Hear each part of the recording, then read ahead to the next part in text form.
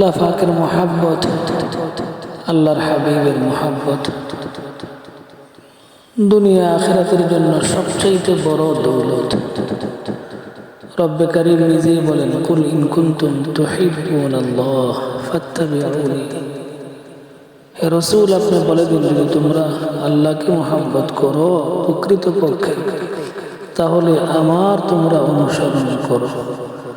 আল্লাহর হাবিবের মুহাব্বত, মাহবুবে ইলাহির মুহাব্বত রব্বে কারীমের কাছে বহুত বড় আজিমুশ শান, বান্দার জন্য এক মহান মুহাব্বতের দৌলত হয়ে যায়। এই জন্যই তো আল্লাহর এক আরেফ বলেন, ইশকে মাহবুবে খুদা জিস দিল মে হাসিল নেহি,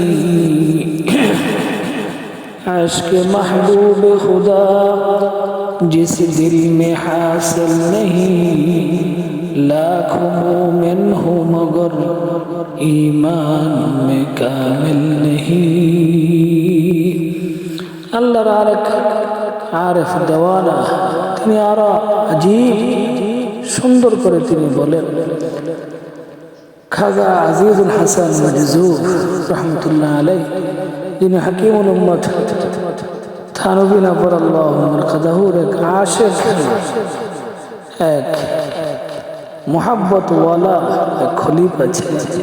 তিনি বলেন, তেরে মাহবুব কি ইয়া রব শবাহত লেকে আয়া হুঁ, তেরে মাহবুব কি ইয়া রব শবাহত লেকে আয়া হুঁ, हकीकत तो उसको कर दे, मैं तो सूरत लेके आया हूँ, ना अजमत लेके आया हूँ, ना शौकत लेके आया हूँ, मोहब्बत लेके आया हूँ, मोहब्बत लेके आया हूँ।